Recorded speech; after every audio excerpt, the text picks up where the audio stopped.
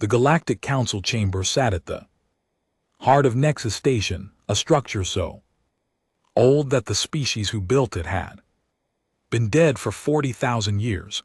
The walls were black crystal, polished smooth, and they caught the light from 32 different atmospheric sections and scattered it across the floor in colors that had no human names. Every arc of seating was built for a different gravity, a different gas mix, a different pressure. It was the most sophisticated room in the known galaxy, and in it Ambassador Kreth Saul of the Vreth Dominion was about to make the worst decision in recorded history. He stood at the central podium with his 6 limbs folded in the posture his species used when they had already decided something and were only appearing to inform others. His chitin was polished deep red, the color of Vreth authority.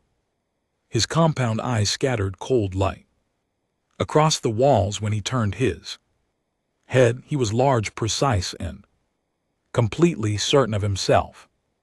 The Vreth Dominion formally announces the annexation of the Outer Rim, territories currently held by the human collective, he said. His translator module delivered the words in clean, standard language.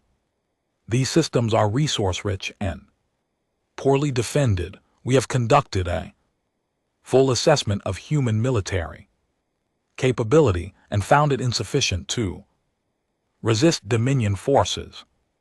Annexation will be complete within one standard cycle. The chamber went quiet. Not the quiet of agreement, not the quiet of boredom or political calculation, something else. The kind of quiet that falls in a room when everyone present knows something terrible is coming and has already decided they cannot stop it. In the far arc where the Ithori delegation sat suspended in their tank of amber fluid, the eldest speaker moved. The Ithari always moved slowly. They had been in this galaxy for 6 million years, and they had long since concluded that speed was for species who had not yet understood what time really was. The eldest speaker rose from the tank floor in one long, unhurried motion. Her bioluminescent patterns, normally a deep and restful blue, shifted through green and settled on something pale and nearly white. In Ithori body language, that color meant grief. She did not approach the standard podium. She spoke from inside her tank, and the sound system carried her voice to every section of the chamber without distortion. Ambassador Kreth Saul, she said, her standard language was perfect. 6 million years of listening to others speak gave you that. We have a request. The ambassador turned one compound eye toward her arc. The Ithori are always welcome to address the council. We are asking you not to do this. A simple sentence from the Ithori was never a simple thing. They did not speak carelessly. Every word they chose had been considered. Every sentence carried the weight of everything they had seen in their long history, and their history was longer than most species had existed. The human species, the eldest speaker continued, is young. We understand that they are still finding their place among older civilizations. They are sometimes loud, sometimes clumsy, sometimes surprising in the wrong direction, but we have watched them carefully for some time now. She paused, her pale light pulsed once. They have a quality that we have encountered only twice before in our 6 million years of observation. When they are attacked, truly attacked, not tested or pressured, but genuinely attacked and occupied, they do not negotiate from a position of fear. They do not accept losses as the reasonable price of peace. They do not stop Another pause. The light pulsed again. The two species we observed with this quality are not present in this chamber. Today, they are not present in this galaxy. Their enemies removed them completely. Both times it was the enemy that did the removing. Both times those enemies did not survive. The century that followed, the chamber held its breath. With respect, Krethsal said after a moment, the Dominion has reviewed human military engagements going back 300 standard years. Their conflicts have been local, brief, and poorly coordinated by galactic standards. They maintain 2 active fleet groups and operate on a defensive doctrine. They are a minor species at an early stage of development. The comparison to the Ardith or the Kelorn is they have never been given a reason. The eldest speaker said. She said nothing else. She settled back toward the floor of her tank. Her light returned slowly to its resting blue. Krethsal waited several seconds to see if she would continue. She did not. The Dominion thanks the Ethari for their counsel, he said, and turned back to the full chamber with the posture of a being who had already moved past the conversation. Annexation operations begin in 40 standard days. The council will be kept informed of the transition. He left the podium. In her amber tank, the eldest speaker did not watch him go. She had already begun composing the update she would transmit to the Ethari. Deep archives, the ones maintained outside the galaxy in cold storage, kept for whoever might come after the current age of civilizations. The record was brief. It has begun again. The humans do not know yet. Watch what follows. Remember it. The colony on Kepler 7 did not know any of this. It was an agricultural world, mostly red-brown soil under a pale orange sun, with long flat growing plains that stretch from the settlement ring to the horizon in every direction.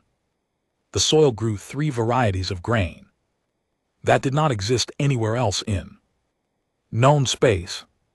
Researchers from 4 different species have been trying to synthesize the growing conditions for decades and kept failing. The colonists found this quietly amusing and did not try very hard to explain it. Some things about a place just worked, and you did not spend too much time asking why. Population was 40,000, families mostly. Farmers, engineers, teachers, doctors.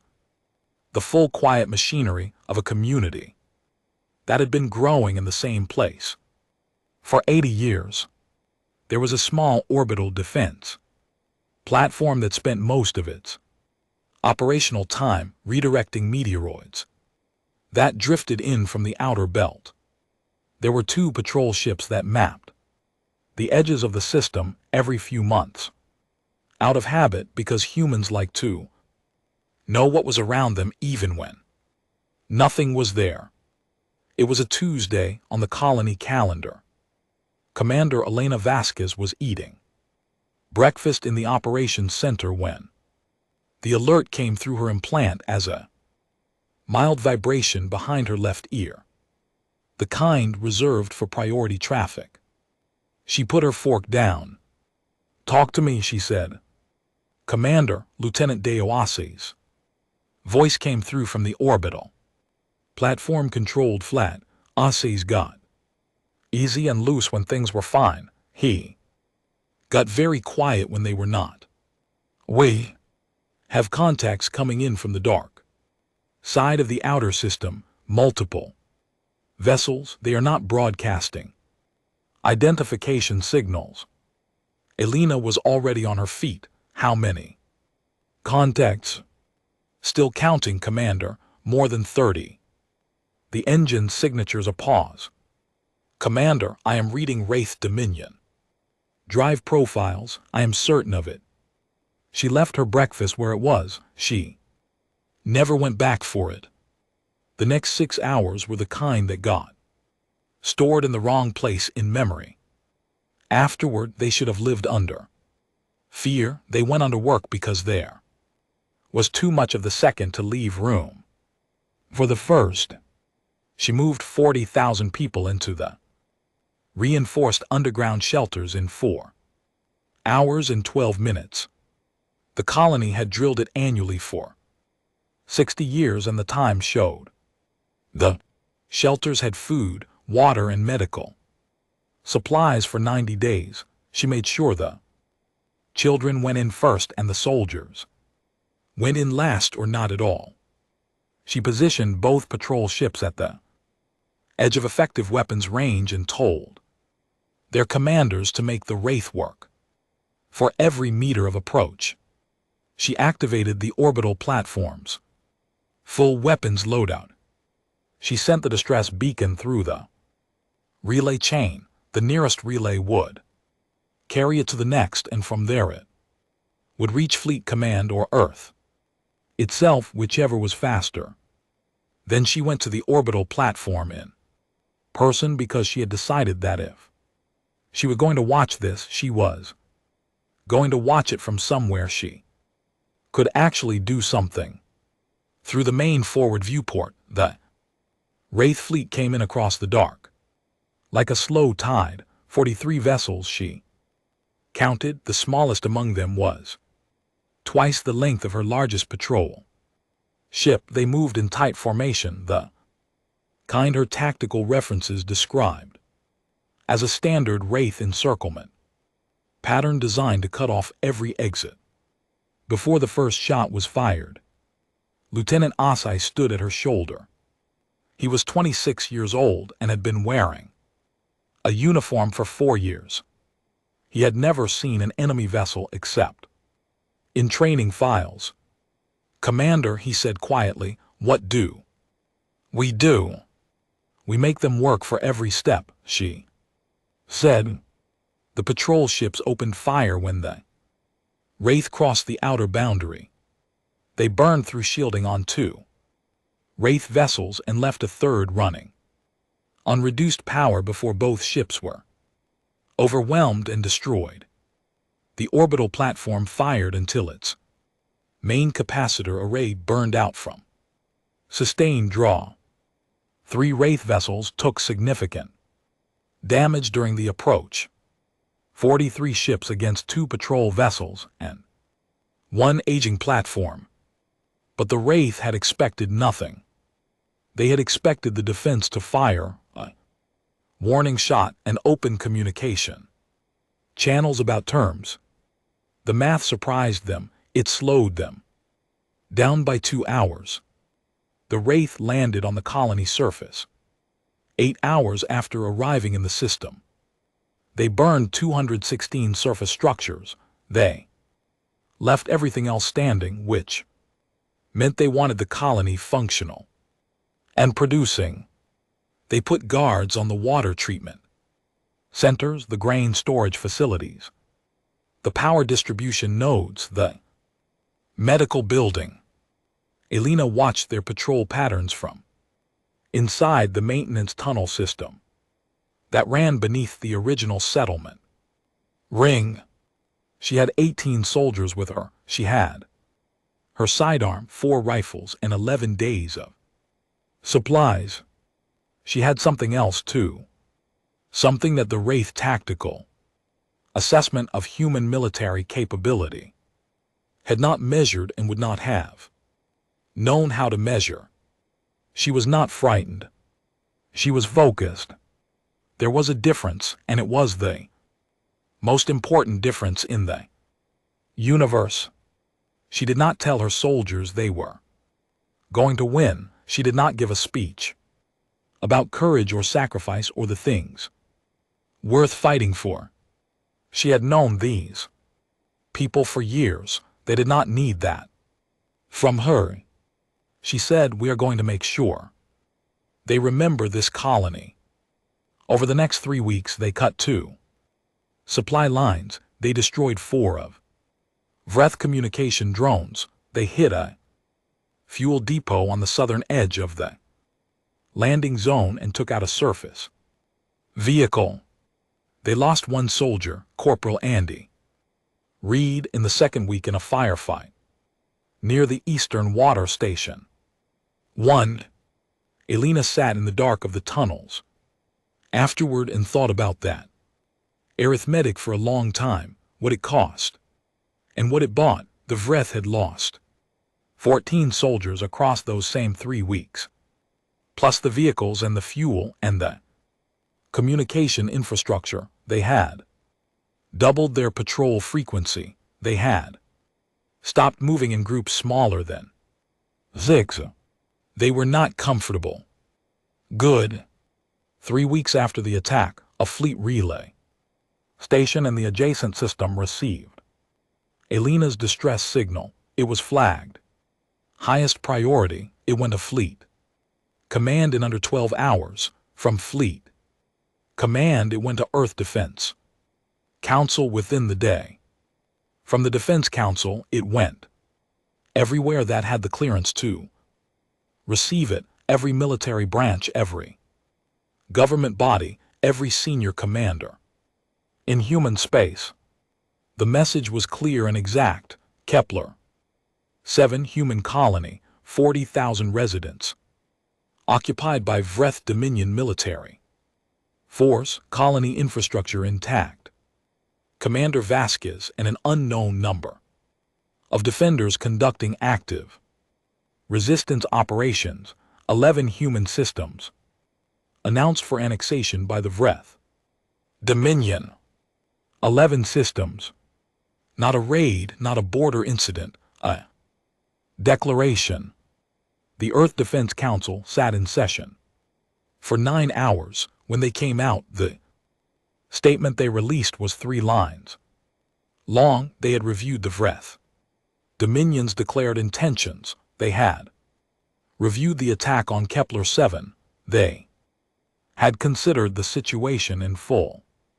Their response was not a diplomatic note. It was not a demand for withdrawal. It was a military mobilization order, the broadest one issued in human history.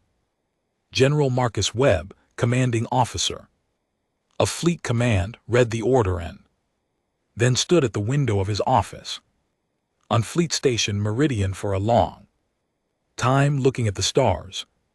He was a careful man. 30 years of service had made him that way. He had seen 2 border conflicts, 1 full engagement campaign, and enough political disasters to know that speed was not always the right tool. But he also knew history. He had studied it the way most commanders studied tactics, not as entertainment or obligation, but as the only honest record of what worked and what did not. He called his senior staff full civilian manufacturing protocols. He said, effective immediately, I want every shipyard in human space at maximum production. I want reserves recalled. I want supply chains running double shifts. He paused. I want a complete fleet inventory in 48 hours. Everything we have active, everything in reserve, everything that can be made ready within 90 days. Admiral Huang, his logistics chief, looked at him carefully. General, the civilian protocols haven't been activated since the last time someone decided our space was theirs to take, Webb said. That was a long time ago. Some species apparently didn't hear how that ended. He turned back to the window. One more thing, he said. Find me the name of whoever gave the order on the Vreth side, the specific individual who authorized the annexation plan. I want that name logged and tracked. He did not turn around. When this is over, we are going to need it. His staff left to begin the work. General Webb stayed at the window a moment longer. He looked at the star field, at the small cold lights of 1,000 systems, some of them human and some of them not. 40,000 people, he said to no one. Then he went to work. On Nexus Station, in her amber tank, the eldest Athari speaker received the human mobilization report on the 12th day. After it was filed, she read it in the slow and careful way her species read everything. She sent a second note to the deep archives. They are moving. The full mobilization has begun. What follows will be unlike anything this current age of the galaxy has seen. Record everything. On Kepler 7, in the tunnel beneath the Eastern Settlement Ring, Elena Vasquez sat in the dark at 3:17 colony time and cleaned her rifle by touch. Her soldiers slept in shifts around her. Above them, through 2 of stone and old composite, Vreth patrols moved in their regular patterns, the one she had mapped to the minute over 23 days of watching. The one-way military frequency in her implant had been silent the entire time. At 3:17 it made a sound. 5 characters, a signal code. She had never heard it used in her career. She had only seen it in the oldest training files flagged historical. She knew what it meant. Relief force is moving. Hold position. We are coming. Elena Vasquez pressed her back against the tunnel wall. She breathed once, slowly. Then she pulled out her tactical map and started planning the next strike. Because that was the job. You hurt them every chance you had. You waited. And you made sure that when help arrived, the enemy had already learned, in whatever small and costly way you could manage, what it meant to fight someone who had decided not to stop. High Commander Veth Carroll received the progress report from the Outer Rim operation on the 42nd day after annexation began, and he was pleased. 6 colonies secured, 11,000 Vreth soldiers deployed, minimal resistance beyond the initial contact engagements. Resource extraction beginning on schedule at 4 of the 6 sites, local populations contained and compliant. The only ongoing issue was a minor insurgency at the Kepler 7 site, where a small group of human military personnel had been conducting disruption operations from concealed positions. Nuisance-level activity. Local commanders had increased patrol presence and expected resolution with it. The week. He read the report in the command center of his flagship, the Dominion's Voice, as it held position above the 3rd secured colony. Through the main viewports, the pale green curve of the planet filled half the sky. Down there, human farmers were back at work in their fields under Vreth supervision. The processing centers were running. The grain shipments had begun. It was going exactly as the strategic projections had said it would. The human species, the projections had explained, was not a serious military threat at this stage of their development. Their technology was functional but not exceptional. Their organizational structures were inconsistent across their various governmental bodies. They lacked the unified command hierarchy that characterized more advanced militaries. They were, in the assessment of the Dominion Strategic Division, a species that would respond to overwhelming force with a period of protest, diplomatic pressure through the Galactic Council, and eventually a negotiated arrangement that would leave Vreth control of the Annex systems intact while offering the humans enough face-saving language to accept the outcome.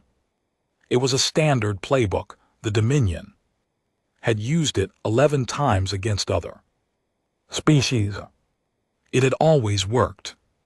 High Commander Vreth Carroll read the report, noted the projected completion dates, and went to dinner. The week passed, then another. The Kepler-7 insurgency did not resolve. It got worse. The patrol that went to investigate the burned-out fuel depot on day 48 was ambushed in the approach corridor. 6 soldiers wounded too severely. The ambush point was a position the patrol had passed without incident 7 times. Before, the humans had waited, mapped the routine, and then changed their method entirely. The communication relay on the western plateau went dark on day 51. When the repair team arrived, they found the hardware had not been destroyed. It had been disassembled and removed, every piece of it down to the mounting brackets carried off by hand into the surrounding planes. On day 55, a supply shipment meant for the northern garrison simply stopped arriving. The transport route had been operating without problem for 3 weeks. When scouts checked the road, they found 17 separate points where the surface had been treated with a chemical compound that ate through vehicle undercarriages on contact. The compound had been applied at night over 2 separate nights, working quietly across a 40 km stretch. The local Vreth commander, sub-commander Draft Vale, sent 3 urgent reports to the flagship requesting additional forces and a change in tactical approach. He described the situation with the careful language of a professional who did not want to admit that a group of 19 humans, his most recent count of the estimated resistance size, was systematically dismantling his operational capacity. Vreth Carroll sent him 2 additional patrol units and a note reminding him that efficiency was expected. He was not worried, not yet. Elena Vasquez lost her 2nd soldier on day 46. Private Tamas Herrera, 22 years old, from the colony's 2nd generation of families. He had been born on Kepler-7. He had never been anywhere else.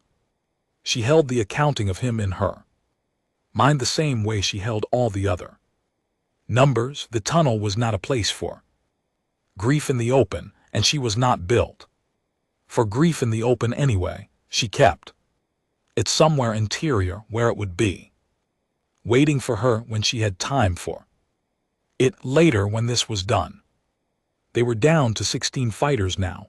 Of those, 4 had injuries that reduced their effectiveness, 2 with untreated infections, 1 with a fracture that had been set but not properly healed, 1 with hearing damage from a close explosion. She was running low on medical supplies, low on charge packs for the rifles, and she had been wearing the same uniform for 46 days. What she was not running low on was information. She knew the position of every Wraith patrol on the surface within a 2 km radius of the tunnel system. She knew their rotation schedules, their response times, and the 3 gaps in their coverage that they had not yet found or fixed. She knew which guards were alert and which were not. She knew the shift change happened 4 minutes late on average every 3rd night, which was 4 minutes of open ground she could use. She also knew from the signal traffic she was intercepting on the military frequency that other human colonies in the annex systems had not gone quietly either. The resistance on Meridian 4 had destroyed a Wraith landing bay. The underground network on Harvest Station was feeding real-time Wraith troop movement data to fleet relay points somehow. On Calloway's world, a group of civilian engineers had converted a mining excavator into something that the Wraith were now describing in their communications as a significant ground-based weapons platform, which Alina found deeply satisfying. The Wraith had taken 6 colonies. The Wraith had also acquired 40,000 problems per colony, and the problems were organized. On Earth, the civilian manufacturing protocols had been running for 30 days. The effect was not dramatic to look at. It was not a fleet of warships launching at once in a fire of light. It was quieter and larger and more relentless than that. It was every orbital shipyard running second and third shifts. It was every automated materials processor on every settled human world locked into supply chains that fed one purpose. It was engineers and production managers and logistics coordinators working problems in rotation around the clock, finding efficiencies, removing bottlenecks, moving faster. Human beings, when they decided something needed to be built, were extraordinary builders. Most species in the galaxy understood this about them in the abstract. Humans built beautiful things, their architecture, their technology, their art. It was visible everywhere in the settled sectors. Other civilizations had seen the products and been impressed. Very few had ever watched humans build under pressure, with a deadline, with something real at stake. The pace was different when that was the case. It was 30% faster in the first week, 45% faster by the third week as the supply chains optimized and the workers settled into the rhythm.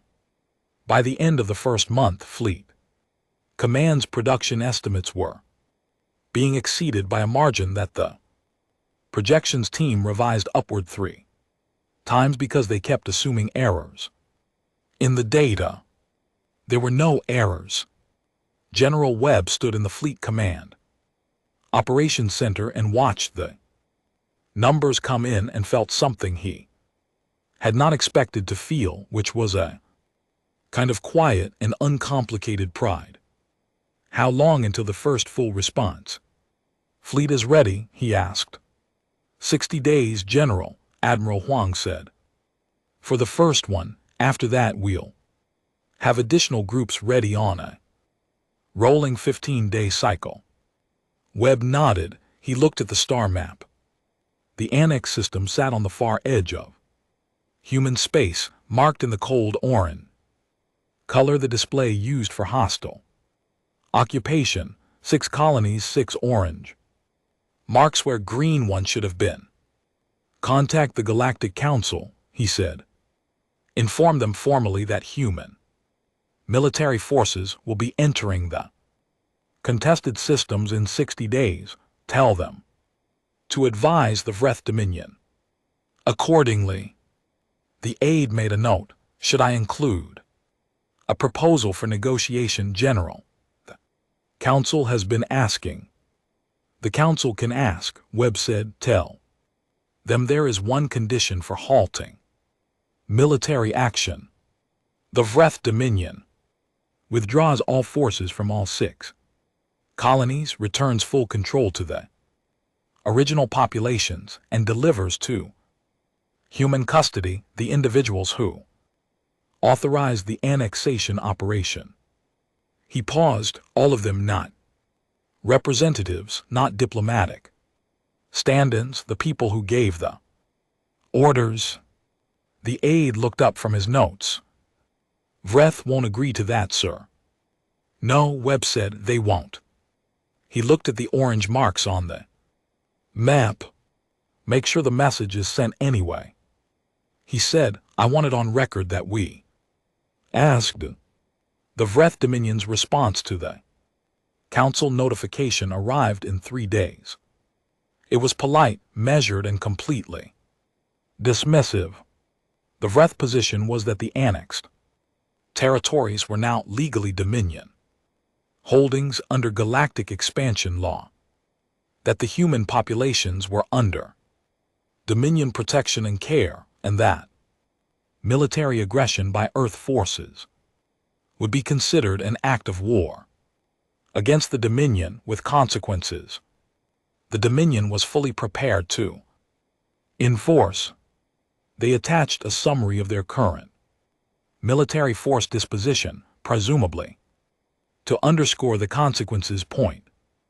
It listed 417 active combat vessels. It listed their positions and their capabilities. It was an impressive document. General Webb's intelligence officer, Commander Priya Salazar, read it twice and then set it down on the briefing table. They're telling us they have 400 ships, she said. Yes, Webb said. And they're telling us where they are. Yes. Salazar looked at him carefully. Do they not understand what that is? They think it's a deterrent, Webb said. She was quiet for a moment. It's a target list. Yes, Webb said, it is. The eldest Ithari speaker received regular reports from her observers stationed throughout the settled galaxy. She reviewed them each day in her tank, in the amber quiet, moving through the data at the pace her people had always used, not fast, not slow, but thorough. She noted the human production figures. She noted the military mobilization scale. She read the general's message to the council and paid careful attention to the specific language of the condition attached to it. The individuals who authorized the annexation operation. Not the Vreth military, not the Dominion government as a whole, specific people. Named people, the ones responsible. She had seen this before, not often. Twice in 6 million years, both times a species had been genuinely attacked, not pressured or tested, but attacked, their people taken, their territory seized, their communities disrupted, and both times the response had followed the same essential shape. First, the wounded species absorbed the initial strike. They did not fold, they reorganized. Then they built faster and harder than anyone had expected. Then they moved. And they did not stop moving until the specific individuals responsible for the attack were no longer capable of being responsible for anything at all. Both times the elder speaker had watched and recorded. Both times she had hoped the attacking species would understand in time what was coming for them. Neither had.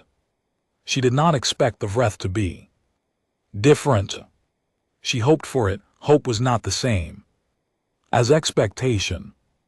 On day 63 of the occupation of Vreth, patrol unit on Kepler 7 captured a single human soldier operating alone in the outer fields near the northern water station. He was young, not more than 23, and he had been separated from his unit during a supply run. He had no implants that the Vreth scanning equipment could locate. He was armed with a knife and a sidearm, with a near-dead charge pack. Subcommander Drathville personally conducted the interrogation because, after 63 days of being made to look incompetent by a group of farmers and soldiers in underground tunnels, he wanted a conversation with one of them. The human soldier gave his name and nothing else. He was polite about it. He answered every procedural question. Name, rank, colony assignment, and then simply stopped speaking. He sat in the chair with the same flat attention that the subcommander had started to recognize in humans under pressure, not bravado, not defiance. Just a kind of patient, settled stillness that Drathville found deeply unsettling in a way he could not fully explain. Your situation is not good, Drathville told him. You are alone, your group is small, your resources are nearly gone. A Dominion relief force is arriving in this system within 20 days to reinforce our position. There is no way out of this for you. The human soldier looked at him. He said, there's a fleet coming. Drathville paused. The Dominion relief force, yes, I just. Not yours, the soldier said. He said nothing else. Drathville reported the exchange to the flagship. He logged it as low confidence. Intelligence from a prisoner attempting psychological pressure. He noted it was probably nothing, but he filed it anyway because it had not sounded like psychological pressure. It had sounded like someone saying something they already knew was true for no reason other than that the information would be relevant soon. 11 days later, the long-range sensors on the Vreth command vessel above the 3rd secured colony registered a contact, then multiple contacts, then a great many contacts coming in from the direction of human space, decelerating from transit speed in coordinated formation. The sensor officer reported the count 3 times, each time to make certain, before he delivered it to High Commander Vethkel.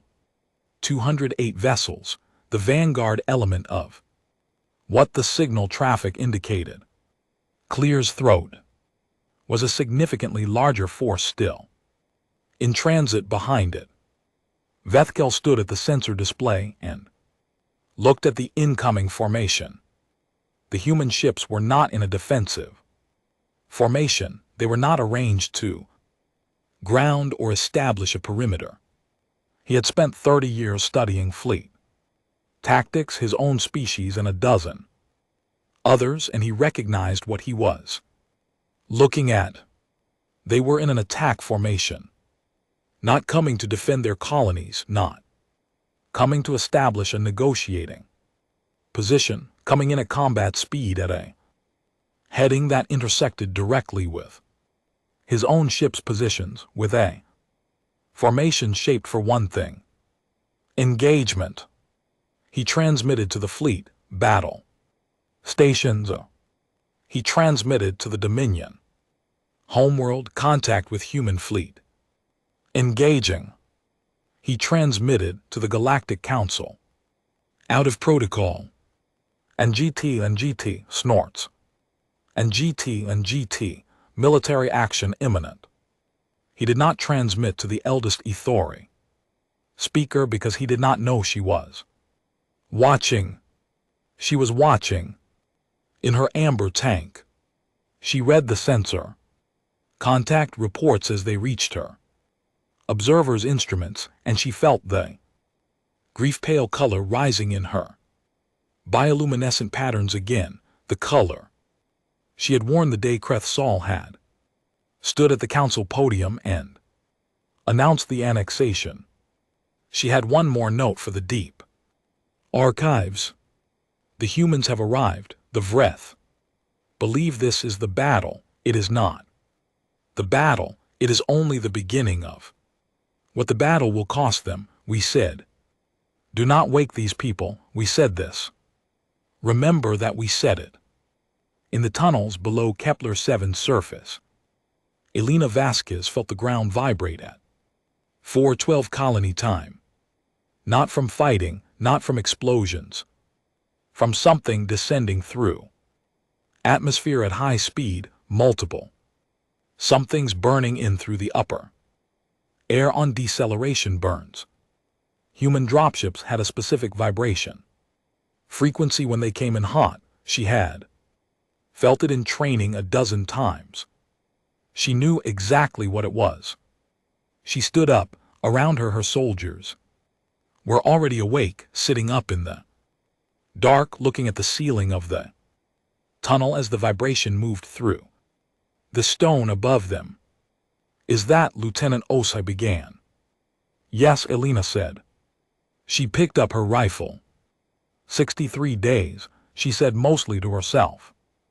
The arithmetic of it, what it cost and what it bought. Then she moved toward the tunnel exit.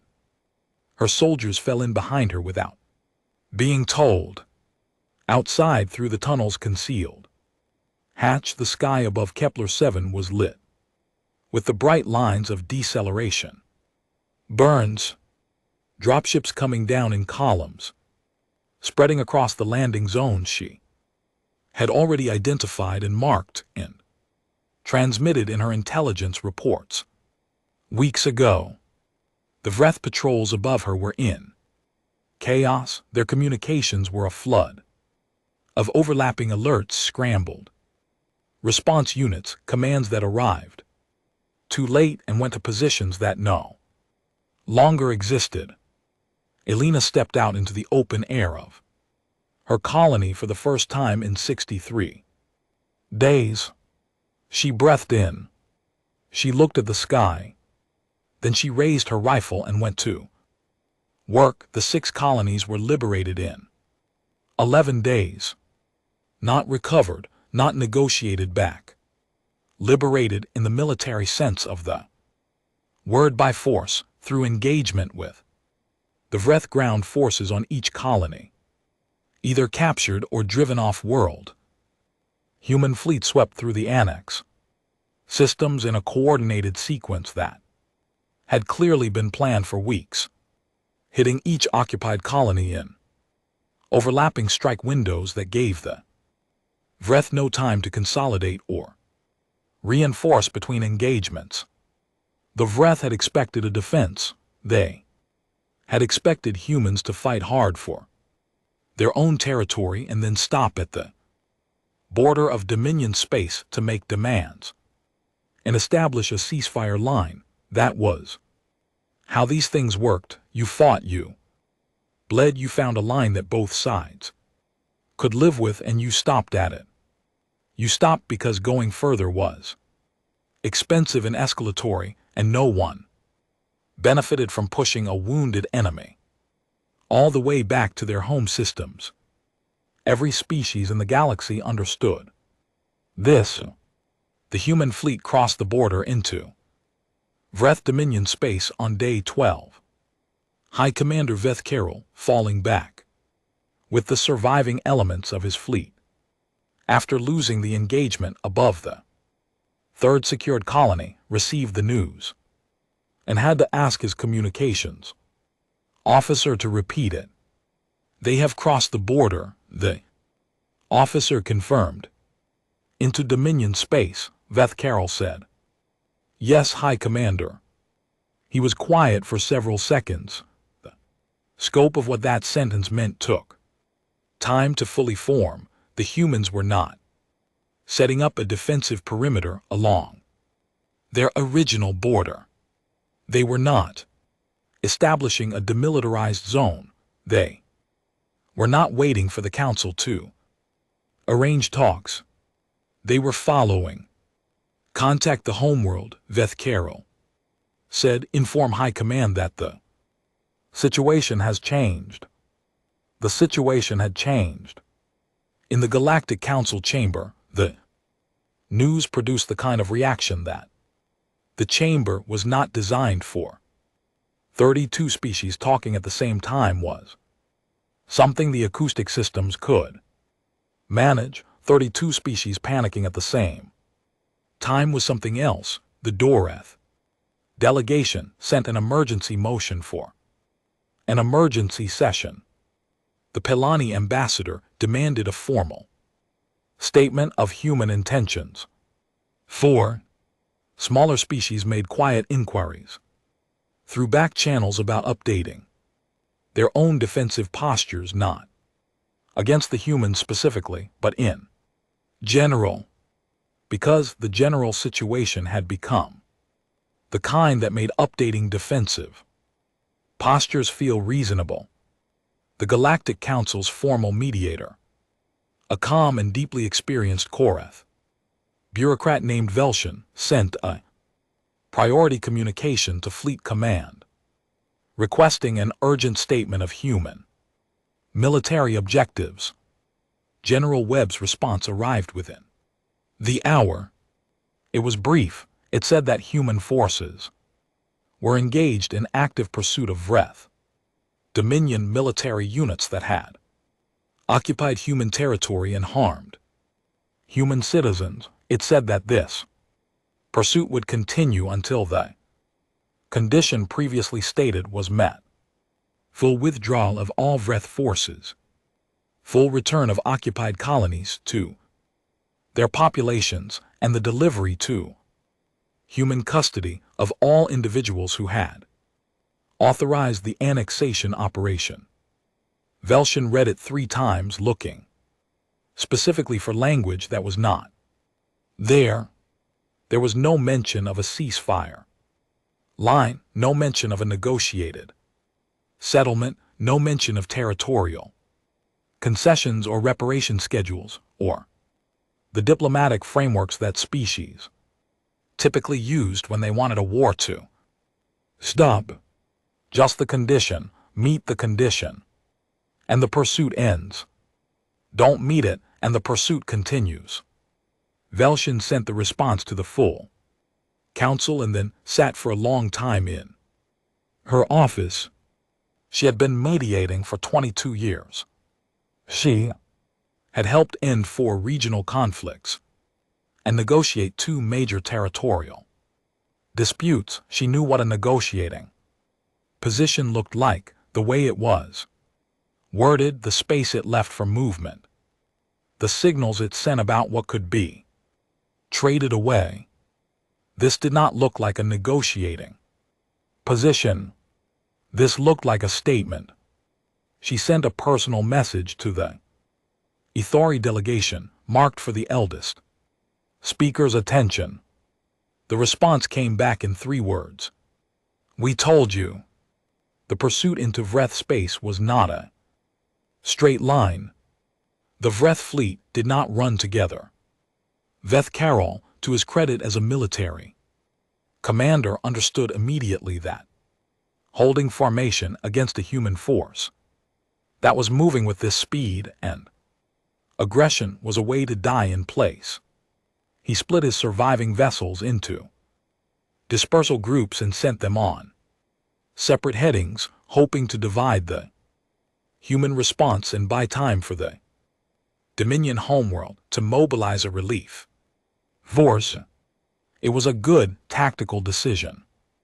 General Webb had expected it. The human fleet split too, not chasing each dispersal group with equal weight. That would have thinned the force dangerously across too much space, but tracking, grouping, prioritizing.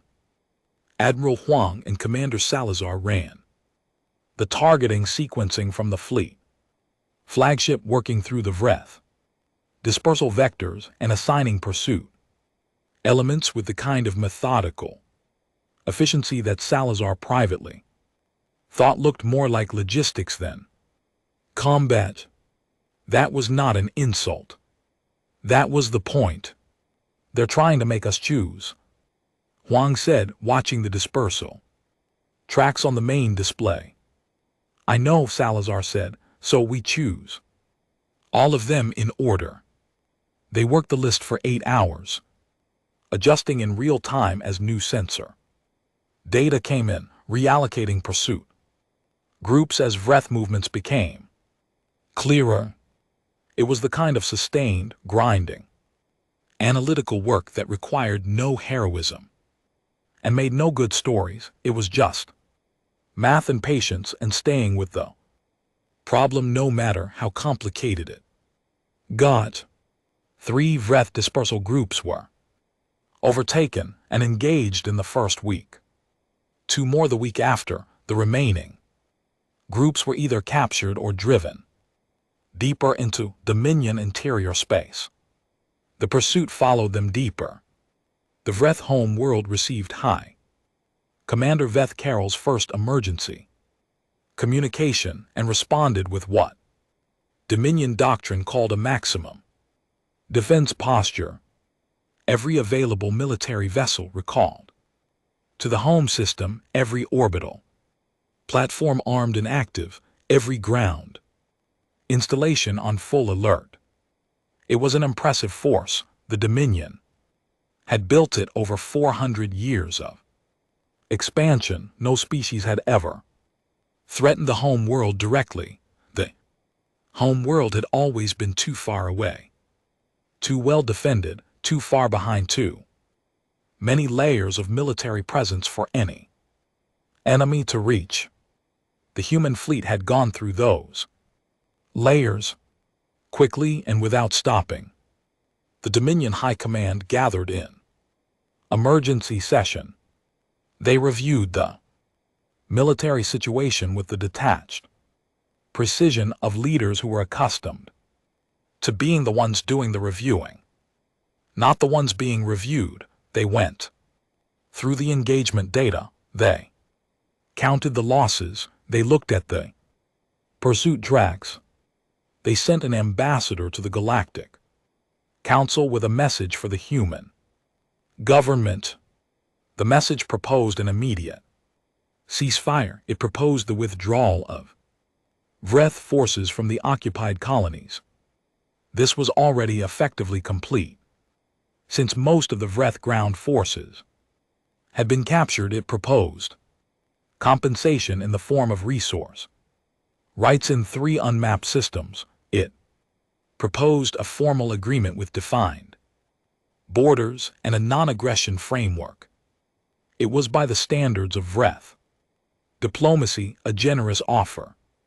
More than generous, it was the kind of offer the Dominion made when it wanted something to end.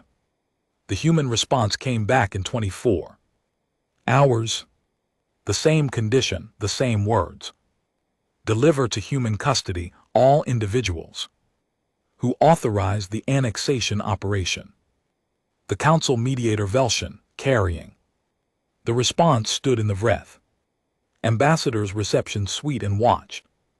The ambassador read it. They want the high command, the ambassador said. He did not say it with anger. He said it with a kind of incredulous flatness, like a person discovering that the floor is not where they expected it to be. They want the specific individuals who gave the orders, Velshin said. Carefully, high command, yes, and anyone in the chain of authorization.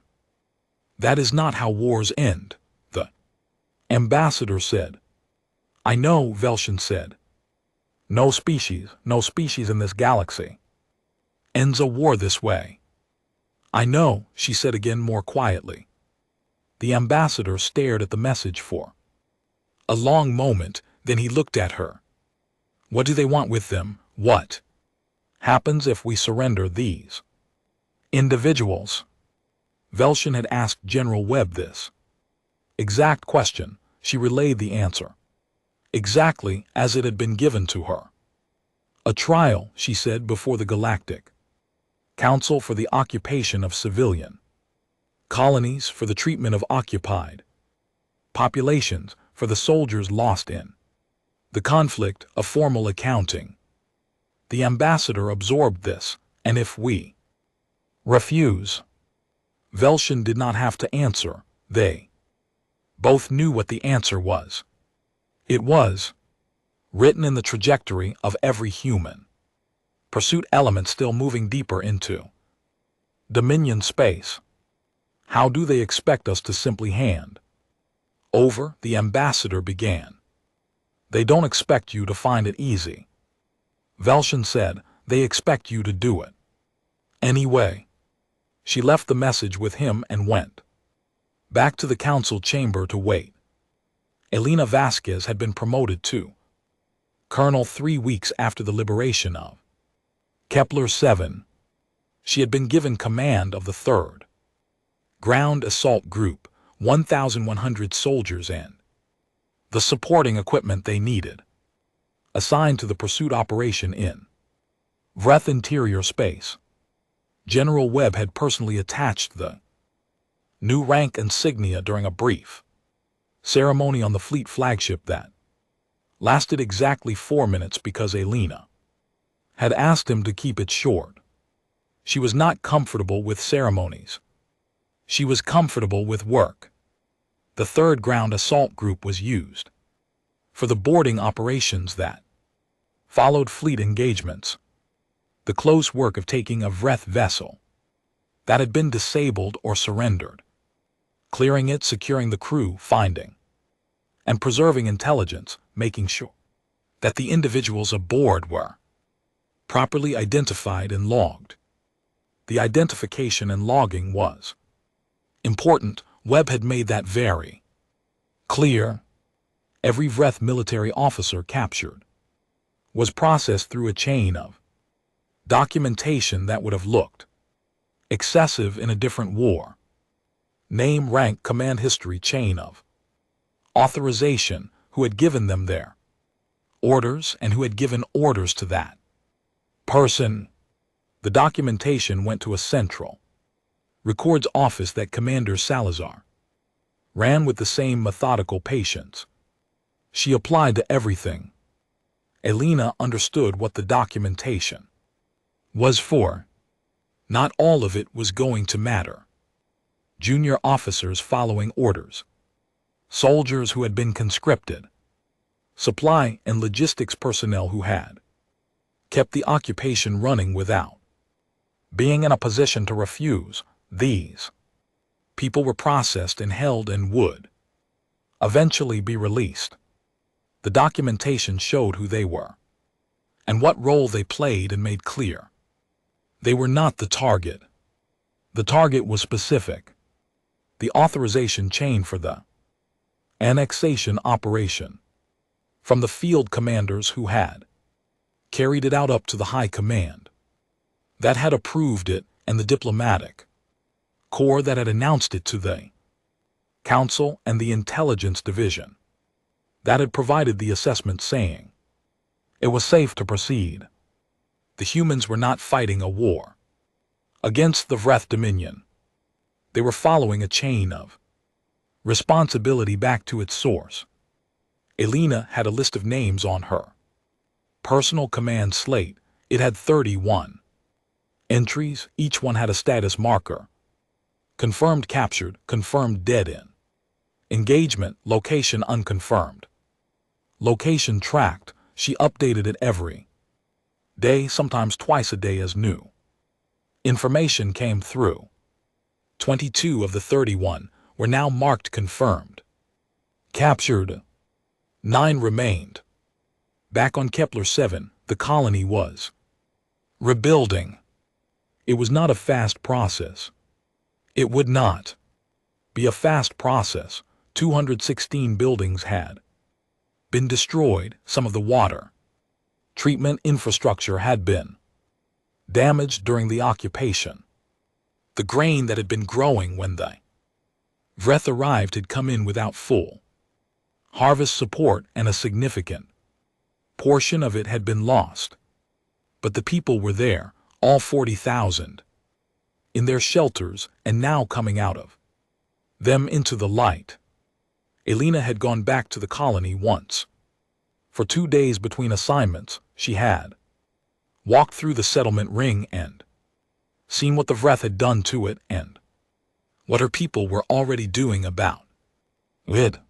They were building, not waiting for external support, not organizing formal recovery committees, not filing the documentation that would eventually bring relief funding from Earth.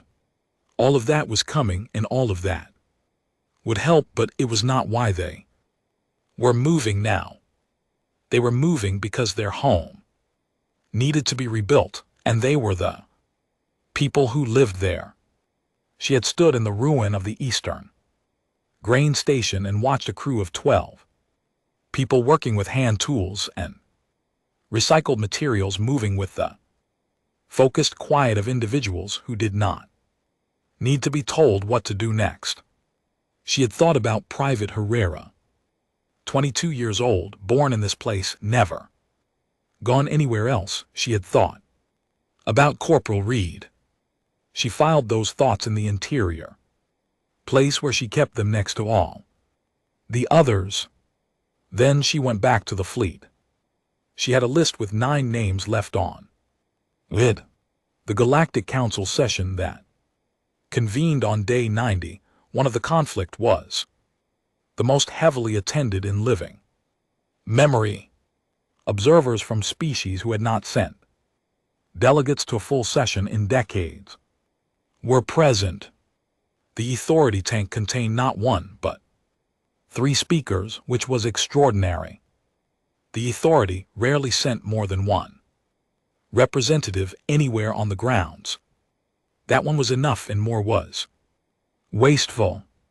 The central debate was about intervention, not military intervention against the humans. No one was proposing that, and not only because no one had the military capacity to make it credible. The debate was about whether the Council should formally demand a halt to the human pursuit on the grounds that it was now a destabilizing event for the entire settled galaxy. Arguments were made. Legal frameworks were cited. The Vreth ambassador, increasingly pale in his chitinous complexion, spoke about proportionality and the traditions of galactic conflict resolution. When he finished, the eldest Ethari speaker asked to speak. The chamber went quiet in the particular way it always did when an Ethari spoke. She said, "We advised the Vreth Dominion before this began not to attack the human species. We were specific. We told them that humans, when genuinely attacked, do not stop. We told them this comes from a quality we have observed twice before in our history. Both prior instances ended the same way." She paused. "The Council is now debating whether to formally demand that the humans stop. I would suggest the Council consider instead what message it sends if it intervenes on behalf of the aggressor against the species that was attacked." Another pause. "I would also suggest the Council consider whether a formal demand is something the humans will comply with." The chamber was very quiet. "They are not stopping because they are angry," she continued. "They are not stopping because they are cruel. They are stopping because there are specific people who chose to attack 40,000 civilian colonists, and those people are not yet accounted for. When they are accounted for, the humans will stop. This is the shape of this particular quality as I have observed it. It ends when the accounting is complete, not before." She settled back. "The fastest path to peace is the one the humans have already described. Deliver the individuals responsible. Do it quickly. Let the accounting happen." The chamber held this for a moment. Then the debate resumed, but it was quieter than it had been. High Commander Vethkaral, in the 3rd week of the pursuit into Dominion space, transmitted a new communication to General Webb directly, bypassing the Council and the diplomatic channels entirely. It was not in the format of an official communication. It was in the format of one military officer to another. He asked what it would take. Webb read the message on the bridge of the fleet flagship standing at the communication station and snorts for a moment. He looked at the star map, at the orange marks of Veth space, at the blue lines of pursuit tracks, at the small clusters of engagement markers spread across the display like embers. He called Aliana on the command channel. "Vethkaral is asking what it would take," he said. "What did you tell him?" Aliana said. "Haven't yet. I wanted to ask the person who spent 63 days in a tunnel what she thinks." There was a pause on the channel. "Tell him the same thing we've been telling them," she said. "The list all Of it, every name on the list, the ones who decided this was a good idea. He'll call it impossible, Webb said. Then the pursuit continues, Aliana said, and eventually they'll realize that what's impossible is making us stop before we have what we came for. Webb closed the channel. He sent the message back to Veth Carroll. The same condition, the same words, the same list. He did not expect the answer to change. He was right. The pursuit continued. And as it continued, as the days accumulated and the tracking data grew, and the human fleet moved steadily through Vreth space, following every dispersal group and every fleeing commander, something began to change in the Dominion. Not in the high command, not in the military, in the junior officers, in the ground soldiers, in the Vreth who had been conscripted and deployed and were now in human custody and being processed through the documentation chain and slowly, carefully being told what they were being held for and what they were not. They were being held for the record. They were not the target. The target was specific, and the humans were still looking for it. And some of those junior officers, sitting in holding facilities and talking to human processing personnel, began to think about the 9 names still on the list. And they began to think about whether they knew anything about where those 9 names might be. Some of them did. Colonel Elena Vasquez received 17 new pieces of actionable intelligence in a single 48-hour period from Vreth. Prisoners who had decided that telling the humans what they knew was the fastest path to the only outcome that made any sense. The list went from 9 to 4, then to 2. She looked at the 2 remaining names. For a long time, one of them was Veth Carroll himself. The other was Ambassador Cressall, the diplomat who had stood at the council podium and announced the annexation. She added a note to both entries, location being tracked. Then she went back to work. Ambassador Cressall had not been to the Vreth homeworld in 11 years. He had spent those years at Nexus Station in the comfortable and well-appointed diplomatic suite that the Dominion maintained there, moving through the social and political architecture of the Galactic Council with the ease of a creature in his natural environment. He was good at diplomacy. He was good at the quiet maneuvering, the favor exchanges, the long view of political advantage. He had spent his adult life learning to read situations and position the Dominion favorably within them. He had read the human situation completely wrong.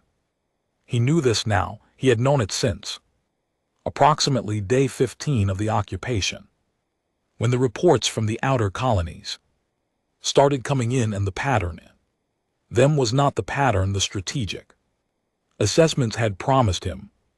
The assessments had said the humans would protest and negotiate. The assessments had said the occupied populations would be manageable. The assessments had said the human military response would be limited by their defensive doctrine. The strategic assessments had been made by people who had studied human history from the outside, who had read the numbers and the force inventories and the diplomatic records, and had completely failed to understand what those numbers were attached to. He had left Nexus Station 14 days into the occupation, which in retrospect had been a useful decision and also a completely useless one, because leaving Nexus Station had not actually solved the problem of existing on a human database. He was on the list. He had known he was on the list from the moment he heard about the list. He was the individual who had stood at the council podium and formally announced the annexation, which meant he was the most visible name on the authorization chain. He was not the highest, he was not the one who had devised the strategy or approved the military operation. He was the one who had been sent to make it public because that was what ambassadors were for. It was an enormous and bitter irony. He reflected that the job he was best at, making announcements in public spaces, was the exact thing that had put his name at the top of a human target list. He was currently on a breath transport vessel in the outer edge of the Dominion's eastern cluster, moving at low speed toward a system that was not in any major database, accompanied by 2 security personnel and a communications officer whose primary job was to monitor whether the humans had tracked them to this position. The answer for 4 weeks had been no. He spent those 4 weeks not eating well and not sleeping well and reviewing in extended and punishing detail every decision he had made in the previous 2 years that had led him to a small cabin on a transport vessel in an unmapped system. The annex plan had seemed so clean, so precise, the assessments had been thorough, the strategic rationale was sound. The humans were a minor species with limited capability. The Dominion needed the resources, the risk was low. He had stood at the podium in the most sophisticated room in the known galaxy and made the announcement, and not one part of him had believed it would end like this. The communications officer knocked on his cabin door on day 29. Ambassador, she said, her voice had the same controlled flatness that OSA had used when Kepler 7 sensors had first detected the Vreth fleet. I have something on the long-range sensors. He followed her to the bridge. The sensor display showed a contact, small single vessel moving on a heading that intersected with their current position. Could be coincidence, one of the security personnel said. Change heading, Krethsal said, 30 degrees. Off current track. They changed heading. 20 minutes later, the contact adjusted. It was now moving on a heading that intersected with the new position. The bridge was quiet for a moment. Change heading again, Krethsal said. They changed heading 3 more times. Over the next 2 hours, each time the contact adjusted. The contact was not a coincidence. High Commander Veth Carroll had chosen his hiding place better. He had not run toward the unmapped outer systems, which was the obvious choice, and therefore the one he assumed the humans would anticipate. He had run toward the Dominion's innermost systems, toward the most populated and most defended space the Dominion controlled, on the theory that the humans would not push all the way to the center. The theory had been based on the way every previous military conflict in galactic history had worked. For 64 days it held. The human fleet pursued through the outer and middle systems, engaging in capturing Vreth forces, following the dispersal groups, compiling their documentation, running their list down.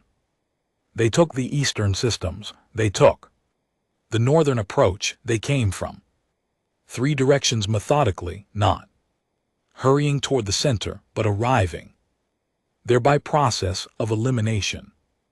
On day 65, Veth Carroll received a report that human vessels had been detected in the Kareth system. The Kareth system was 9 light hours from his current position. He had always known at some level, beneath his professional certainty, that the homeworld's defense posture was not going to be tested. The humans were not coming for the homeworld. They had made this clear in their communications. They were not interested in territory.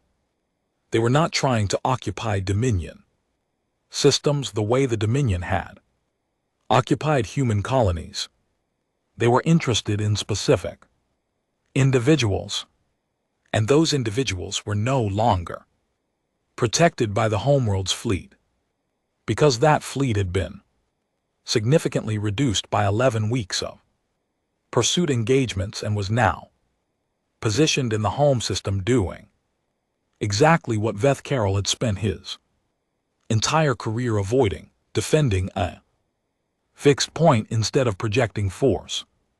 He sat in his command chair on a vessel that was down to 30% weapons capability and looked at the tactical display and thought about the options available to him. There were in truth very few. He could continue to run, the humans would continue to follow, his vessel would eventually run low on supplies, on fuel, on the small margin of operational capacity that kept it moving. The humans had a fleet in resupply rotation with a logistics chain that reached back to human space. He had one damaged ship in the stars. He could fight, he could bring his vessel about and engage whatever human pursuit element was closest. He would damage them probably, he might destroy them, then the next element would arrive. Because there was always a next element. He could surrender. He sat with that option for a long time. The accounting the humans wanted was a trial, public, formal, conducted before the Galactic Council. Every decision he had made in the Outer Rim operation would be examined. Every order, every outcome, the 40,000 occupied civilians, the soldiers lost on both sides, the soldiers he had lost, the soldiers they humans had lost. He had made the decisions he made because they were the correct decisions within the framework of Dominion, strategy and interest. He had believed when he made them that the assessment was right. He had been wrong. He did not know if being wrong in good faith was the kind of thing a trial could understand. He thought about Elena Vasquez in the tunnels of Kepler 7 for 63 days. He opened a communication channel. The message came to Colonel Elena Vasquez's command slate at 6:30 hours. Flagged unusual by the communications officer because of its origin point. Veth Carroll was transmitting from a position 3 systems away. He was transmitting on a frequency designated for fleet-to-fleet communication. No encryption, no conditions, no preface. Just his position, his current vessel status, his surrender terms. The terms were simple. He would not resist boarding. He would provide full documentation of his command decisions. He requested that his crew, 38 personnel, none of them on any list, be released after processing. Elena read it twice. She forwarded it to General Webb. Webb's response came back in 11 minutes. Except go get him. She went. The boarding was not what either side expected, which is to say it was completely without violence, and that absence was strange after 11 weeks of pursuit. Elena's unit came through the airlock of Veth Carroll's vessel with weapons drawn in full armor and found the crew standing in the corridor in the posture the Vreth used for formal surrender, 6 limbs folded inward, heads lowered. Veth Carroll himself was on the bridge. He was larger than Elena had imagined. From the briefings, the size of Vreth high commanders tended to be somewhat understated in intelligence summaries. He stood with his limbs folded and his compound eyes tracking her as she entered the bridge with 2 soldiers at her back. She stopped 3 m from him. He looked at her for a moment. She let him. "You are Vasquez," he said. His translator module was excellent. "Yes," she said. "The Kepler 7 commander." "Yes." He said nothing for a moment. His compound eyes moved in the slight pattern that Vreth physiology used when processing something uncomfortable. "Your casualties in the occupation." "2," she said. "2 soldiers." He was quiet again. "I have reviewed the engagement records. Your units' operations during the occupation were—" He paused. "Effective, more effective than the reports indicated." "The reports were wrong about a lot of things," Alina said. A long pause. "Yes," Veth Carroll said, "they were." She had him processed. She had the crew processed and logged for release. She had the vessel's command records fully extracted for the documentation chain. On the trip back to the fleet flagship, she updated her list. 1 name left. Ambassador Kreth All's transport vessel was overtaken by a single human scout ship on day 31 of his flight. The scout ship was not a combat vessel. It was small, fast, and lightly armed, the kind used for tracking and reconnaissance. It came alongside his transport at matching velocity and opened a communication channel and waited. He sat on the bridge of his transport for a long time without answering. The scout ship waited. He thought about the council chamber, the black crystal walls, the amber tank, the eldest speaker's pale light, and the 3 words she had said, "We told you." He had dismissed it. He had been so confident. The assessments were clear. The numbers were solid. The strategic rationale was sound. The humans were minor. They were young. They would not push back hard enough to matter. He had told himself this because it was what he wanted to be true. He had been the ambassador of the Vreth Dominion to the Galactic Council for 11 years. He had been good at the job. He had represented his people's interests with skill and intelligence and a long view of political consequence. And he had looked at 40,000 human colonists on 6 agricultural worlds and decided they were an acceptable calculation. He understood now that this was where he had made the deepest error, not the strategic one, not the military assessment. The human beings had not been a calculation. They had never been a calculation. They were people in tunnels for 63 days. And they were families in shelters for 11 weeks, and they were children who had grown up on soil that their grandparents had worked, and the humans who came after them with a fleet had known every one of those facts and had not treated any of it as acceptable loss. He opened the communication channel. "This is Ambassador Kreth Saul," he said. "This is Lieutenant Commander Ashad Ray's human fleet." The voice was calm, professional. "Ambassador, please confirm you are prepared to comply with the boarding procedure." "I am," he said. "Your crew will be processed and released after documentation. You will be transported to the fleet flagship and from there to Nexus Station for council proceedings." "I understand," he said. There was a pause. "Ambassador," the voice said, not in a different tone exactly, but something in it had shifted slightly. "The colony you occupied, Kepler 7.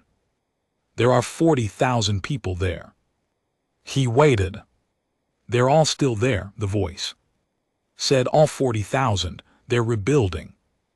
He did not know what to do with that information. He did not know what it was intended to make him feel. Relief. Perhaps, or something else.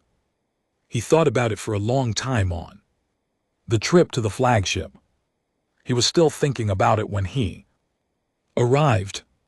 The Galactic Council received confirmation of Krethal's capture on Day 106 of the conflict. General Webb transmitted a formal communication to the Council within the hour. The condition had been met. All 31 individuals on the authorization list were now in human custody. Human military operations in Vreth Dominion space were suspended. Immediately, effective the timestamp of the message. The fleet stopped. Not gradually, not conditionally, it stopped. The pursuit elements across Vreth space received the order and held their positions and made no further aggressive actions. They maintained their positions and continued processing their captured personnel and kept their documentation chains running, but they stopped moving. They stopped. The council chamber absorbed this for approximately 3 hours, which was the time it took for the various delegations to verify through their own channels that the human fleet had in fact stopped everywhere simultaneously and was not simply reorganizing for another push. It had stopped. Velshin, the mediator, sat in the middle of the chamber and felt something she had not felt in weeks, which was the possibility that this might actually be over.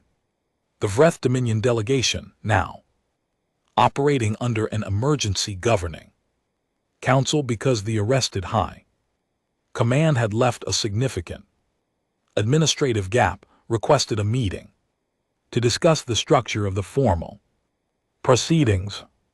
Webb's office agreed.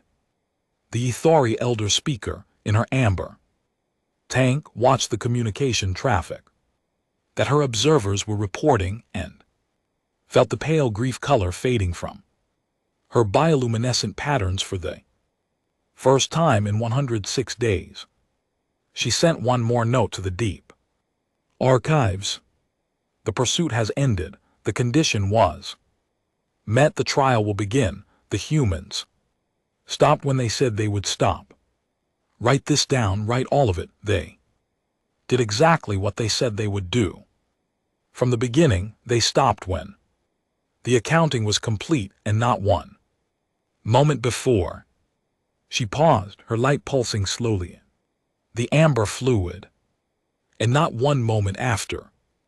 Elena Vasquez was on the fleet flagship when the order to stand down came through. She was in the operations center, updating her command records when the order appeared on the display. She read it. She looked at the list on her personal slate, all 31 entries with their status markers, the last one now marked confirmed in custody. She sat still for a moment. Around her, the operations center was doing the same thing, not celebrating exactly, not cheering, but going quiet in a particular way.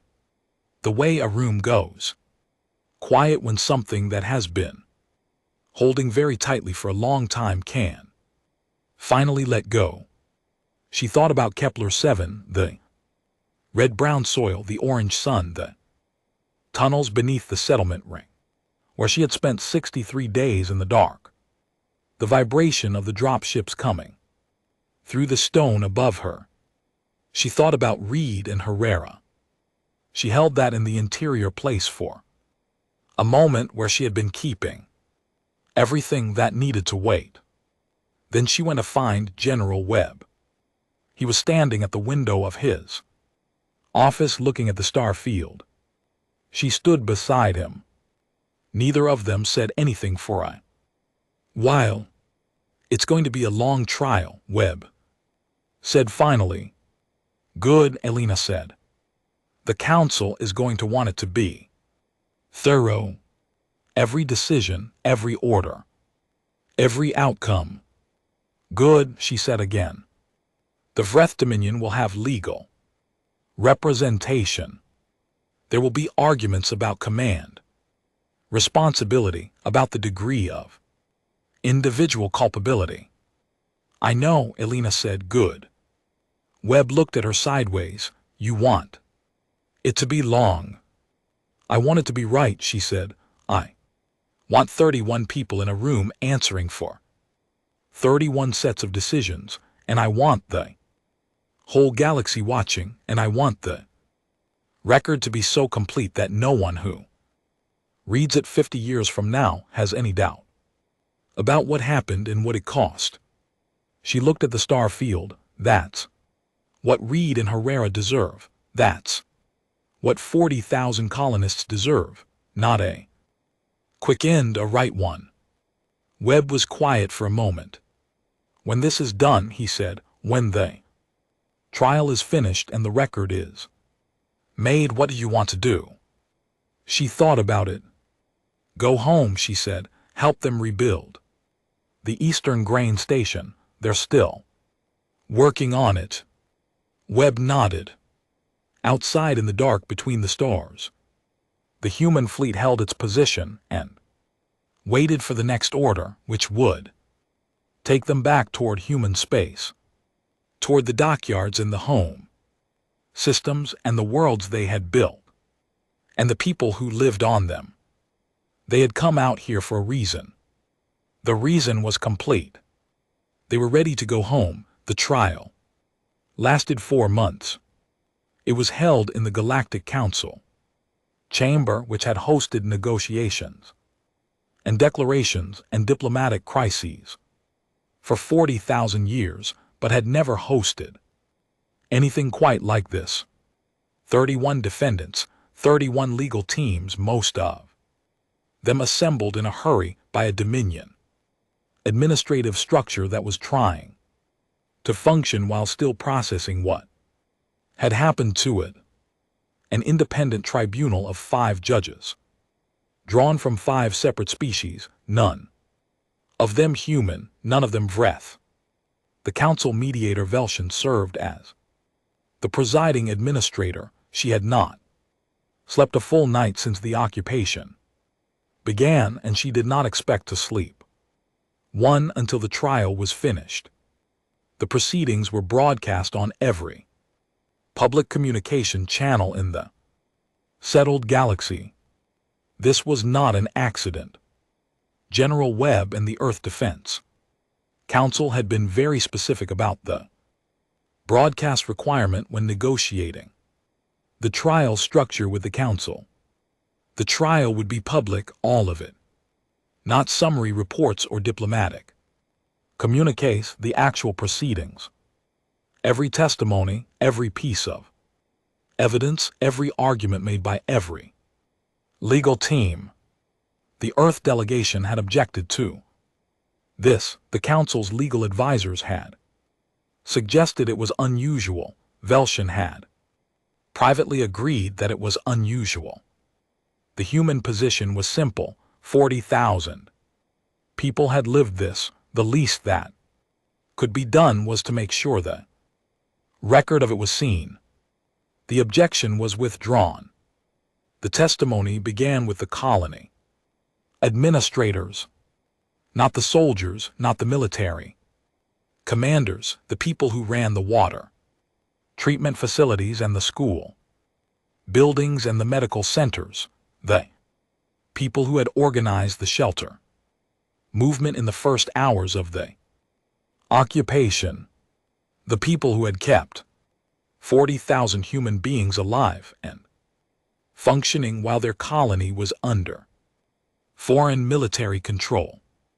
They spoke in order of their administrative role. They described what they had seen from the inside, how the grain stores had been inventoried and removed, how the water rations had been calculated and administered, how the children in the shelters had been told what was happening in language that was honest, without being terrifying, how they had run the colony from underground for 11 weeks and kept it. Together, the tribunal listened without interruption. The legal teams for the defendants made careful notes. 31 people at the defense table sat in the particular stillness of individuals who have had a great deal of time to think and are now listening to the results of what they decided. Ambassador Krethsal sat at the far end of the defense line. He had been given Vreth diplomatic dress. For the proceedings, his katan was still the polished deep red of dominion. Authority. He looked exactly as he had when he had stood at this same chamber's central podium and announced the annexation. He did not look like the same person who had made that announcement. The colony administrator of Kepler 7's 3rd District, a woman named Clara Santos, who was 61 years old and had been running water distribution for 20 years, sat in the witness seat and described the 11 weeks of occupation in precise and practical detail. She described the Vreth inventory teams that came through her district every 3 days. She described the 2 children who had developed respiratory illness in the shelters and the difficulty of treating them with limited medical supplies. She described the morning she heard the drop ships coming through the atmosphere and sat on the floor of the shelter and cried for the first time since the occupation began. When she finished, the chamber was quiet. For a long moment, the defendant's legal teams had no questions for her. The military testimony came after. General Webb spoke for 3 days. He walked the tribunal through the mobilization decision, the force deployment, the communications sent to the Vreth Dominion before the fleet engaged. He walked them through the pursuit operation and the documentation chain and the condition that had been attached to the ceasefire from the first day. He was asked by one of the tribunal judges why the condition had been framed that way, why specific individuals rather than a governmental reckoning. Webb took a moment with the question. Because the decision to occupy those colonies was made by people, he said. Specific people who sat in specific rooms and reviewed specific information and decided that 40,000 of our citizens were an acceptable target, not a government in the abstract, people who could have said no, who had access to information that told them this was wrong and who chose to proceed. Anyway, he paused. The people who made that decision should answer for that decision, not their successors, not their junior officers, them. The judge made a note. And if the condition had not been met, the judge asked if the individuals had not been surrendered, then the pursuit would have continued until they were found, Webb said.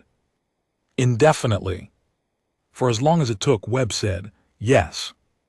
Elena testified on the 41st day of proceedings.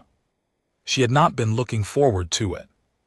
She was not a person who enjoyed rooms and formal occasions and sitting still in public.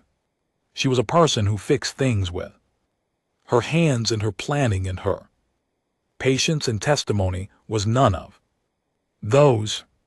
She sat on the witness seat and she answered the questions the tribunal put to her. She described the 63 days in the tunnels with the accuracy of someone who had lived them enough times that the details were simply facts stored and retrievable. She described the soldiers she had lost. She said their names clearly for the record. She described the decision to keep fighting rather than negotiating and why she had made it. Was it a strategic decision? The tribunal judge asked. The decision to continue fighting rather than seeking terms. Elena thought about it honestly. Partly, she said, strategically. Keeping the Vreth ground forces busy and uncertain was useful. It made them commit more resources to Kepler 7 than they might have otherwise. She paused. But that was not the whole reason. What was the rest of it? They had our people, she said. They had our colony. They had come there and taken it because they decided they could, because they had done the arithmetic and concluded that we were small enough and far enough away that the cost would be acceptable. She looked at the tribunal bench.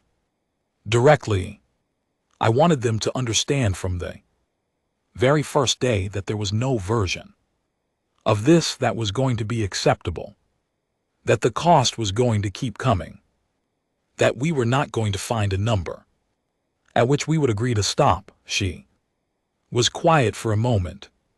I wanted them to understand that before the fleet arrived, because I wanted the fleet to come in and find that understanding already in place. The judge wrote something. Colonel Vasquez, another judge, said, "You are aware that the defendants have submitted statements arguing that the occupation was conducted under the framework of Dominion expansion law and that the civilian populations were protected under that framework, that no civilians were harmed during the occupation." I'm aware, Elena said. Do you have a response to that argument? She thought about Clara Santos sitting in a shelter for 11 weeks, she thought. About Reed and Herrera, she thought. About 40,000 people in underground rooms, while someone else inventoried their grain. People lived in tunnels for 63 days. She said children got sick in shelters. Families didn't know if they were going to be able to go home to the places they'd built their lives in. 2 soldiers died. She looked at the judge. Call that whatever legal framework you want. We know what it was. The legal team for 3 of the defendants made objections. The tribunal noted the objections and continued. When Elena's testimony was finished and she was stepping down from the witness seat, she passed the defense table. She did not stop. She did not look at any of the defendants, except at the far end of the table where Ambassador Crethsall sat. She paused. For 1 second, he was looking at her. His compound eyes caught the light in small cold sparks. She did not say anything to him. She did not need to. She walked out of the chamber and went back to work. The verdicts came on the 119th day. All 31 defendants were found guilty of crimes against civilian populations under the Galactic Council's unified code of conduct. The specific charges varied according to each individual's role in the authorization chain. The highest level defendants, the members of the Vreth High Command who had approved the operation, and Ambassador Crethsall, were found guilty on the fullest set of charges. The sentences varied. Junior members of the authorization chain received terms of Dominion civil service, mandatory and supervised, dedicated to the reconstruction support programs for the occupied colonies. Mid-level commanders received terms of confinement. The High Command members received the highest sentence the Council's code permitted: permanent removal from any governmental or military role, public registry as war criminals under galactic law, and life confinement under Council supervision. Ambassador Crethsall received the same sentence as the High Command members. He heard the verdict in the same stillness he had sat through the testimony, the same controlled quiet of a being who had had 100 19 days to arrive at a state of acceptance. His legal team prepared appeals. He told them to pause the appeals and gave them no explanation. In the months that followed, he would write a formal document not required, not requested, that was entered into the council record. It was a full account of the decision-making process that had led to the annexation plan, every meeting, every assessment, every moment at which someone in the chain could have said, this was a mistake, and did not, including himself. He did not write it to reduce his sentence, he wrote it because the eldest HFY speaker had asked him to in a quiet meeting through intermediaries that no one else knew about for several years. She had told him that records mattered, that the deep archives needed complete accounts, not just outcomes, that the purpose of the archive was to teach whoever came next, in whatever followed this one, and that a complete account from someone who had been inside the decision was more valuable than any external analysis. He had agreed. He wrote 340 pages. The Galactic Council passed the resolution on the 48th day after the verdicts. It was formally titled the Resolution on Civilian Population Security. But within a week, every species in the settled galaxy was calling it by the name it had acquired informally in the first day after its passage. The human clause. The resolution did two things. First, it established a permanent legal framework protecting occupied civilian populations under council law, with enforcement mechanisms that had teeth in a way the previous frameworks had not. Any military occupation of a settled civilian population for any reason by any species triggered automatic council oversight and a documentation requirement. Second, it added a formal note to the Council's diplomatic registry regarding the human species. The note said in the careful and precise language of galactic legal code that the human species had demonstrated a documented pattern of sustained military pursuit in response to attacks on their civilian populations, that this pursuit was not limited by territorial boundaries or conventional ceasefire frameworks, and that all member species were formally advised to take this pattern into account in their foreign policy and military planning. In the supplementary materials attached to the resolution, the HFY delegation submitted a historical addendum. It noted that this pattern of behavior had been observed twice before in galactic history, and that both prior instances had ended with the complete removal of the attacking civilization. It noted that in both cases early warning had been provided and ignored. It noted in the careful language of beings who had 6 million years of patience behind them that the purpose of this addendum was to ensure that no future species could claim they had not been informed. The supplementary materials were entered into the permanent record. The permanent record was distributed to every member species. It was also sent to the HFY Deep Archives, where it was filed alongside the notes the eldest speaker had been making since the day Kreth Saul had stood at the podium. General Webb retired 8 months after the trial ended.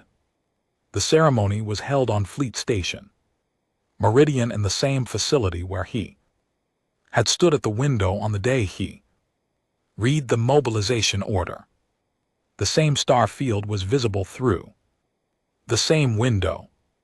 He stood in front of it and accepted the formal retirement honors and said a short speech that he had written himself, which focused on the logistics officers and the production teams and the relay network operators whose names would not appear in any of the histories that would be written about the conflict. He thanked them by name, every one of them he could fit into the speech.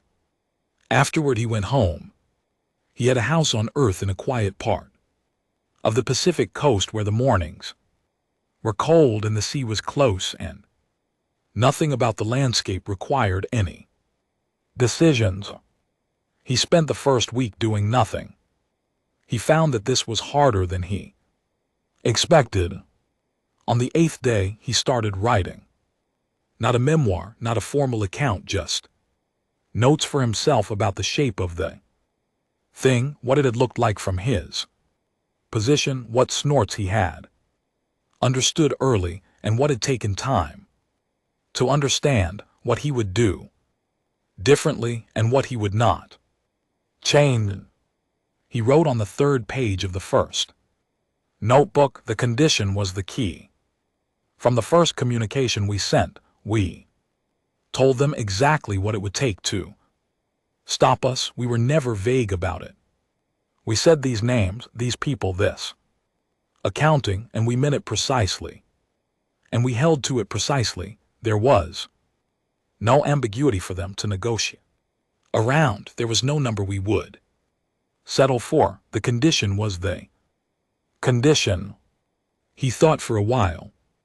Then he wrote, I think the scariest thing for them was that we were not emotional about it. We were not angry, the way that species sometimes get.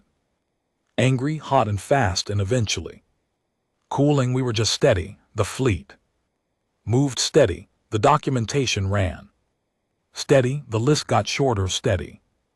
Steady is harder to argue with than angry. Steady doesn't have a breaking point you can look for. He closed the notebook. He went to the window and looked at the Pacific. On Kepler 7, the Eastern Grain Station was finished in the spring of the 2nd year after the occupation. It was better than it had been before. Larger, with better equipment, with a storage system that could handle 3 times the previous capacity. Architects had done what human architects tended to do when they rebuilt something. They had made it better than what they were replacing. Because if you were going to do the work, you might as well. Alina was there the day they opened it. She was not in uniform. She had taken a leave that had gradually extended itself into something that did not have a clear end date, which she had been told was acceptable and which she suspected was a gentle way of saying she did not have to go back unless she wanted to. She did not know yet if she wanted to. She stood in the wide door of the new grain station and watched the first delivery come in from the eastern fields, the big automated harvesters moving across the red-brown soil in the low orange light of the afternoon. Around her, the colony moved at its regular pace, the sounds of rebuilding still present but softer now, less urgent, more like finishing touches than reconstruction. Clara Santos came and stood beside her. They had met 3 weeks earlier at the small memorial the colony had built for the people lost in the occupation and the resistance. 2 names on it. Elena had stood there a long time. Good station, Clara said, looking at the building. It is, Elena said. Better than the old one. Yes. Clara was quiet for a moment, watching the harvesters. Are you going back to the fleet, I mean? Elena thought about it. She had been thinking about it for months without arriving at a clean answer. I don't know yet, she said honestly. Clara nodded. The colony administrator position is open, she said. 3rd district, actual position, not temporary. I mention it only because the last person who held it moved on, and we haven't found someone we like. Elena looked at her sideways. Clara shrugged. You know the tunnels better than anyone. That's roughly the same skill set. Elena laughed. It was the kind of laugh that comes out of somewhere unexpected. The kind that surprises you and then feels like something you needed. She looked at the grain station, at the fields, at the red-brown soil in the orange afternoon light. She had been born somewhere else. She had come here for an assignment and stayed for the work and then stayed through the worst thing this colony had ever experienced, in tunnels for 63 days, holding a piece of something that needed holding. She did not know when she had started thinking of this as home. She thought maybe it did not matter, when only that she did. I'll think about it, she said. Clara nodded once, satisfied, and went back to her work. Elena stayed in the door of the grain station and watched the harvesters come in from the fields until the light changed and the first stars came out over the flat plains of Kepler 7. The small, cold lights of the galaxy spread across the dark above a world that had been taken and had been gone back, a world where 40,000 people were still exactly where they were supposed to be. The eldest Ithori speaker's final public statement on the conflict was brief. It was delivered to the council and entered into the record and distributed to every member species, and it said, humans did not want this war. They did not start it, they did not seek it, and when its purpose was achieved, they stopped it completely and precisely when they said they would. They held to every condition they named. They pursued to the end they defined, and not one step further. If you take one lesson from this record, let it be not that the humans are dangerous when provoked. Let it be that they are precise. They told the Vreth Dominion what would stop them. The Vreth Dominion chose not to believe them. This is the error. It is the only error that mattered. She paused. Do not make it again. The record was filed. The deep archives received their copy. The settled galaxy moved on as it always did into whatever came next. But the human clause remained in the registry. Every new species that achieved space flight and applied for council membership received it in their orientation documentation. Some of them read it carefully, some of them read it and did not fully understand the weight of it. The Ithari supplementary materials helped with that, the historical addendum, the two prior examples with their full records, their warnings, their outcomes, and appended at the end in the simple and direct standard language that the eldest speaker preferred. You have been told, you cannot later say you were not. Do not attack the humans. They never let their enemies escape.